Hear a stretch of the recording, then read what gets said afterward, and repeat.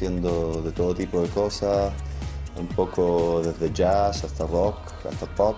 Y después, más tarde, tuve una banda en la universidad, se llamaba Mala Vida. Luego, cuando me fui, partí de Chile, me puse a hacer música más electrónica. Al principio porque era muy difícil encontrar gente con quien trabajar y porque siempre me gustó incluir máquinas y sonidos nuevos, pero sin perder a la audiencia, ¿no? Sin hacer algo completamente experimental. Al final de mis 6 años en Francia conocí a gente de un estudio de grabación, hice un disco bien multiestilo.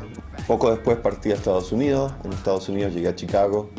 En Chicago seguí con mis experimentos electrónicos solo y al rato conocí a Lionel, que es un amigo del South Side de Chicago. Continúo con un trabajo solista como Labo Labs, pero también como Makers of Sense, que es el trabajo que tengo con Lionel, que combina un poco de todo.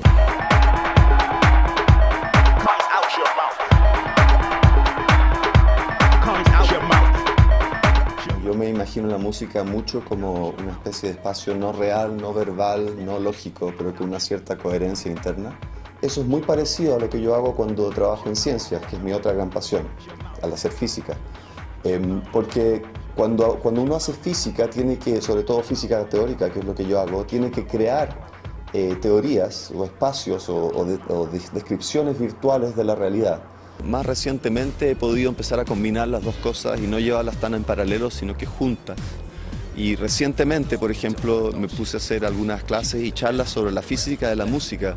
Para mí, el entender la música, si uno tiene una comprensión real de lo que está pasando en el universo físico, cuando uno escucha algo, le ayuda a enriquecer la experiencia. Y como músico, más aún, al hacer la música, si tú entiendes la física que está detrás, te ayuda técnicamente y también a nivel de inspiración, yo diría. Lo que yo hago en ciencias es física teórica. Específicamente trabajo en sistemas complejos, física estadística, física fuera del equilibrio. Son un conjunto de áreas que se desarrollaron cuando se entendió en física que uno podía tomar un elemento y a partir de ello entender cómo se comportaba un gran conjunto de elementos, como en un gas, por ejemplo. Yo recientemente he trabajado bastante en sistemas de swarms, que le decimos en inglés, grupos de animales que para mí son puntos, porque yo no considero la biología detallada, pero lo que me interesa son los que mediante interacciones simples logran comportarse casi como un cuerpo colectivo. Por ejemplo, aquí hay una suerte de remolino, aquí hay un fenómeno de embotellamiento, de jamming que se llama, y aquí se ve como hay una onda progresiva que avanza de un lado al otro de la pecera. Y eso tiene aplicaciones que van desde la ingeniería, en que hay gente que está desarrollando robots, que en lugar de desarrollar un robot para hacer algo, desarrolla múltiples robots que en conjunto hacen algo, hasta el movimiento de plagas, hasta los desplazamientos de las células dentro del ser humano, hasta incluso los movimientos de masas humanas. La manera como la información se transmite dentro de las redes sociales es una de las áreas a las cuales se ha extendido el análisis de sistemas complejos en que se comunica en ese momento con problemas sociales, problemas de sociología y también problemas políticos, lo que quizás vuelve a la conexión que tengo con mi padre.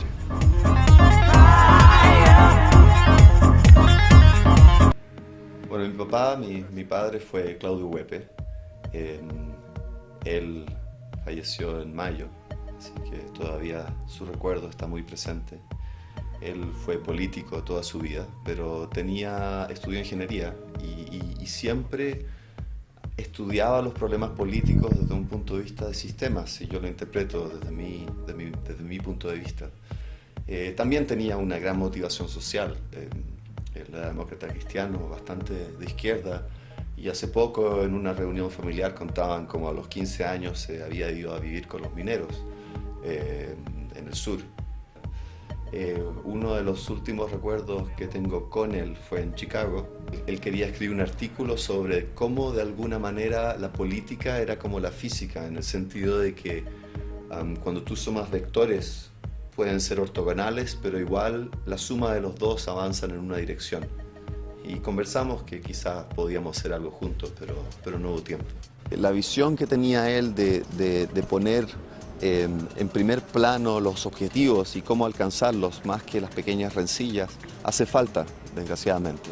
Ahora, yo lo veo desde afuera y veo que cada vez que regreso hay progreso, ciertamente, pero hay ciertas cosas estructurales de la sociedad chilena que quizás no han cambiado suficiente. Fuera de Chile hay tanta dinámica en ciertos lugares donde la gente circula en todas direcciones que es difícil quedarse un poco estancado en ciertas áreas como a veces encuentro sucede acá. Uno de los problemas que veo es que el poder político y el poder de la prensa, por ejemplo, se concentran mucho en un sector social. Y el no tener acceso a tener un vecino que viene de un lugar y que está en tal posición económica y el otro que viene de otra completamente historia distinta y está en una completamente distinta situación económica, es algo que yo creo me haría falta aquí. A mí siempre me ha gustado estar en distintos universos. Trabajando en proyectos y de forma independiente puedo combinar estos universos, que es muy importante para mí, tanto desde el punto de vista intelectual, de aprender sobre otras cosas, como desde el punto de vista humano. Entonces eso hace que las perspectivas puedan ser muy variadas en la física y en las combinaciones musicales y en la manera en que vivo. Así que me imagino que eso querrá decir que no me gusta restringirme.